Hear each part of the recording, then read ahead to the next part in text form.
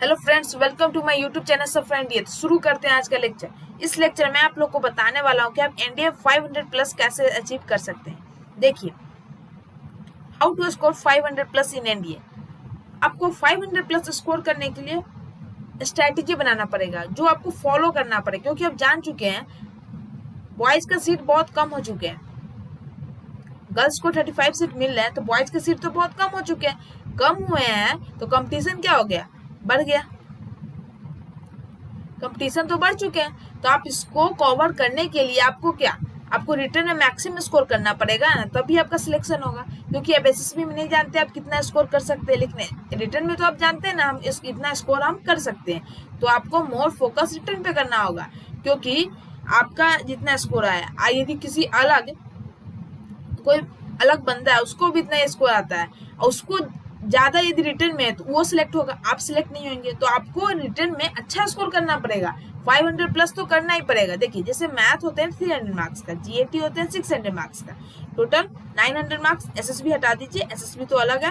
900 में से आपको 500 स्कोर करना है। आप कैसे कीजिएगा, आप यदि कोई स्ट्रैटेजी अच्छे से फॉलो नहीं करते हैं तो ये अचीव करना इम्पॉसिबल है।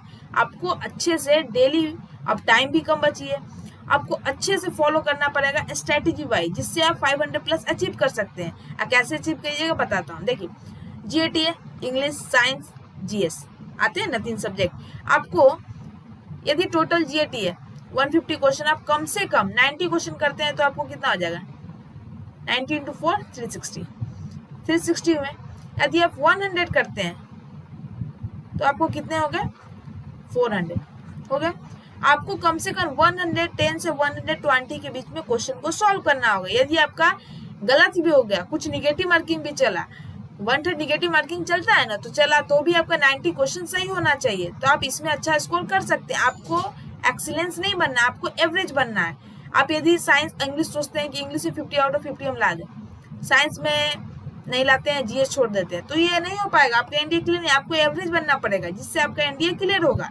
सो आप प्लीज कम से कम आपको जीएटी, यदि आपको देखिए, आपको ये डिसाइड करना पड़ेगा कि आपको जीएटी में कितना अच्छा स्कोर कर सकते हैं, मैथ में आप कितना कर सकते हैं। मैथ में भी आपको 26 to 28 चैप्टर में सिलेक्ट करना पड़ेगा। आपको अच्छा स्कोर करने के लिए, मैथ में 200 स्कोर करने के लिए आपको हर एक चैप्टर अच्छे से पढ़ना पड़ेगा। सभी एवरेज बच्चे 100 लाते हैं, आप देख सकते हैं। उसका मैक्सिमम स्कोर करते हैं जीएटी में, तो उसका कहीं पेपर क्लियर होता है। तो आपको दोनों में मेहनत करना होगा, तो 500 प्लस आप ला सकते हैं। इसलिए आपको यदि अपना कमेंट में लिख दीजिएगा कि आपको कौन से सब्जेक्ट में आप ज्यादा स्कोर करना चाहते हैं और कितने में आप कितना स्कोर कर सकते हैं। जीएटी में आप कितना कर सकते हैं, 300। कोई कहेंगे कि हमको मैथ में हम 200 कर लेंगे और जीएटी में 300, कोई कहेंगे 100 है, इसमें 400। तो सोचिए, आपको कम से कम जीएटी 110 से 120 के बीच में तो स्कोर करना ही पड़ेगा ना।